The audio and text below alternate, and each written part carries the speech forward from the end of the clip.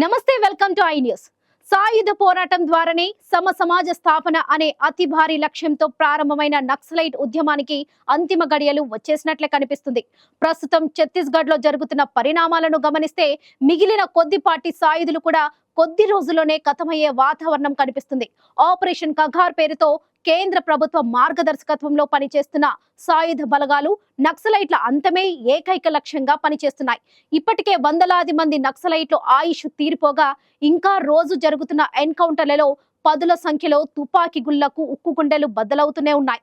పరిస్థితి చూస్తుంటే 7.5 దశాబ్దాల స్వాతంత్ర భారత చరిత్రలో 5 దశాబ్దాల నక్సలైట్ల ఉద్యమ అధ్యాయం ముగింపుకు వచ్చేసినట్లే కనిపిస్తుంది. అనునిత్యం చిందుతున్న రక్తంతో పచ్చని ఛత్తీస్గఢ్ అడవులు ఎరుపెక్కుతున్నాయి.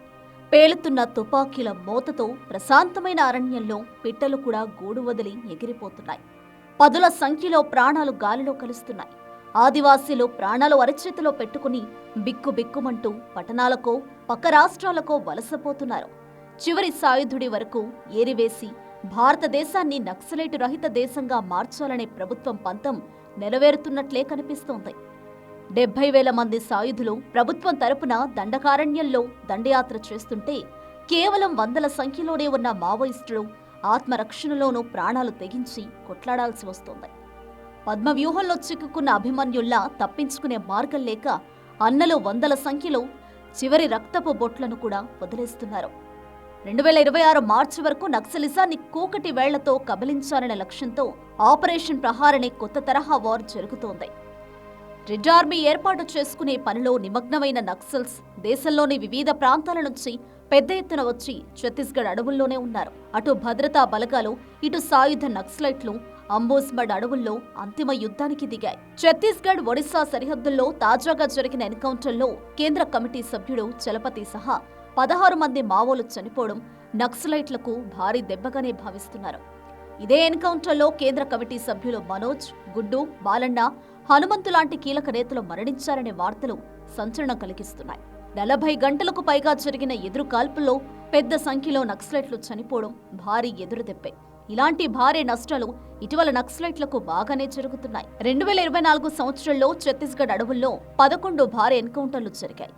కాంకేర్ అడవుల్లో జరిగిన ఎన్కౌంటర్లో నక్సల్స్ అగ్రనేతలు సహా 29 మంది మరణించగా అబూస్మడ్ అడవుల్లో జరిగిన మరో భారీ ఎదురు కాల్పుల్లో 38 మంది చనిపోయారు. ఇంకా 9 ఎన్కౌంటర్లలో పదుల సంఖ్యలో మరణాలు నమోదవుతున్నాయి. ప్రతిరోజు ఏదో ఓ చోట ఎన్కౌంటర్ జరుగుతూనే ఉంది. ఎంతో కొంత ప్రాణ నష్టం తప్పడం లేదు.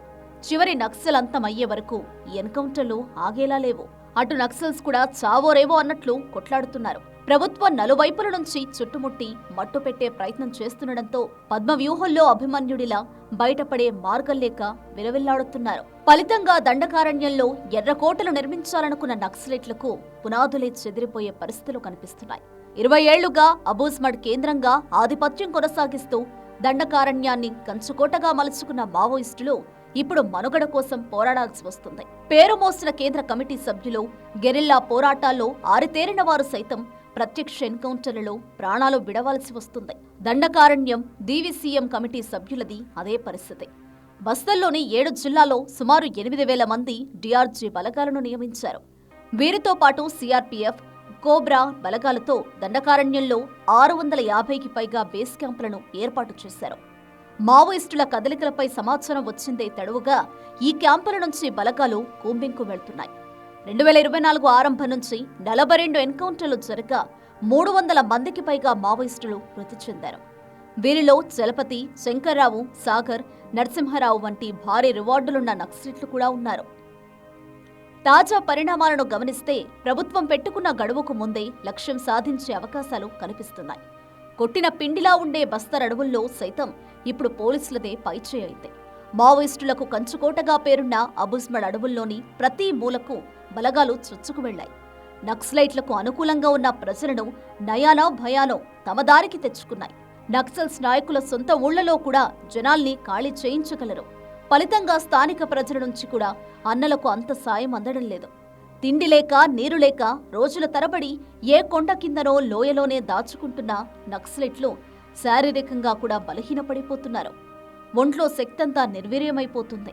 ఇదే అదునుగా ప్రభుత్వ బలగాలు రెట్టింపు ఉత్సాహంతో తమకున్న ఆయుధ సంపత్తితో సాంకేతిక పరిజ్ఞానంతో దాడులు చేస్తున్నాయి. ఈ పోరులో నక్సలైట్లు తేలిగ్గా ఓడిపోతున్నారు. పరిస్థితి చూస్తుంటే భారతదేశంలో